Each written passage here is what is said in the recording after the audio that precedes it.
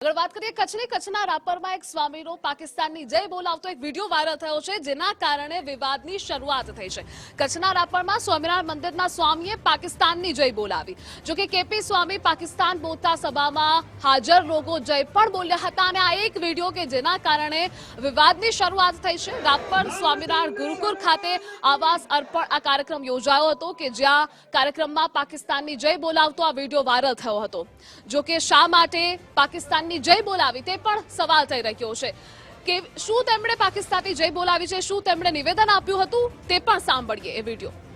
ભારત માતા કી જય, ભારત માતા કી જય, સનાતન ધર્મ की सनातन धर्म की हिंदू राष्ट्र की गाय माता की कृष्ण भगवान की रामचंद्र भगवान की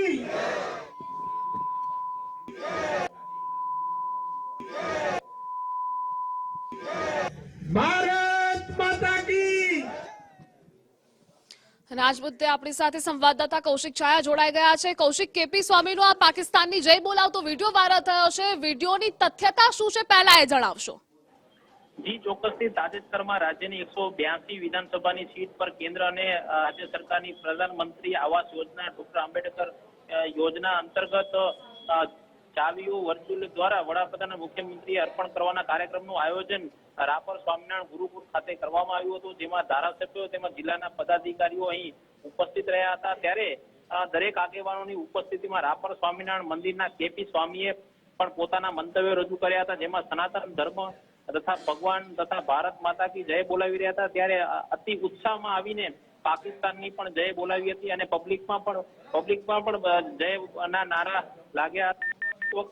એક વખત સ્વામી દ્વારા પાકિસ્તાનની જય બોલાવી લીધા બાદ પબ્લિકને જય ન બોલાવવા માટે પણ કહ્યું હતું અને ભાષણ બંધ કરવા માટે આગેવાનોએ જણાવ્યું હતું। આ કાર્યક્રમનો વિડીયો ક્લિપ સમગ્ર વાગડ પંથકમાં વાયરલ થયો હતો અને અગાઉ પણ સ્વામિનારાયણ મંદિરના સંતોએ આ રીતનું બફાટ કર્યો હોવાનો પણ વિડીયો બહાર આવ્યો છે।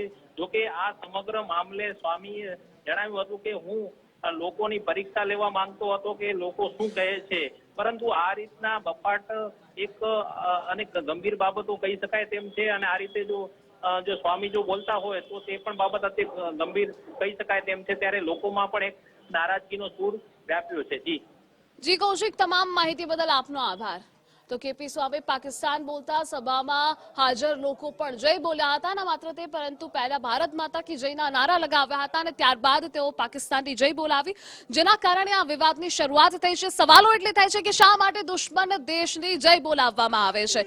જ્યાં સનાતનનો પ્રચાર પ્રસાર થતો હોય છે ત્યાં શા માટે આ પ્રકારના નારાઓ અપાઈ રહ્યા છે? સ્વામીના મોઢે શા માટે આ આવ્યું તે પણ સૌથી મોટો સવાલ છે।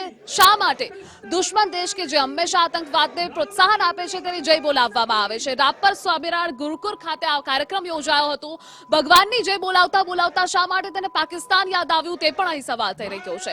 જોકે કાર્યક્રમમાં પાકિસ્તાનની જય બોલાવતો આ વિડીયો વાયરલ થયો છે।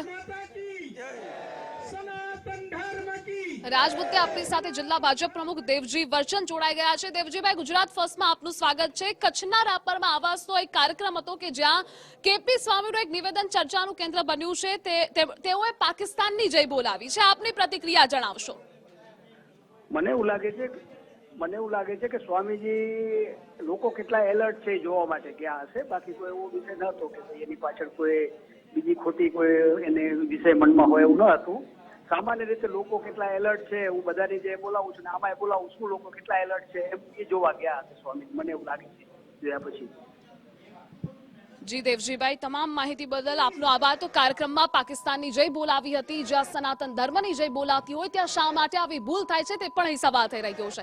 કચ્છના રાપરનો આ વિડીયો છે કેપી સ્વામી કે જ્યારે તેઓ સંબોધન કરી રહ્યા હતા, ઉત્સાહ શું એટલી હદે વધી ગયો કે દુશ્મન દેશની તેઓ જય બોલાવવા લાગ્યા।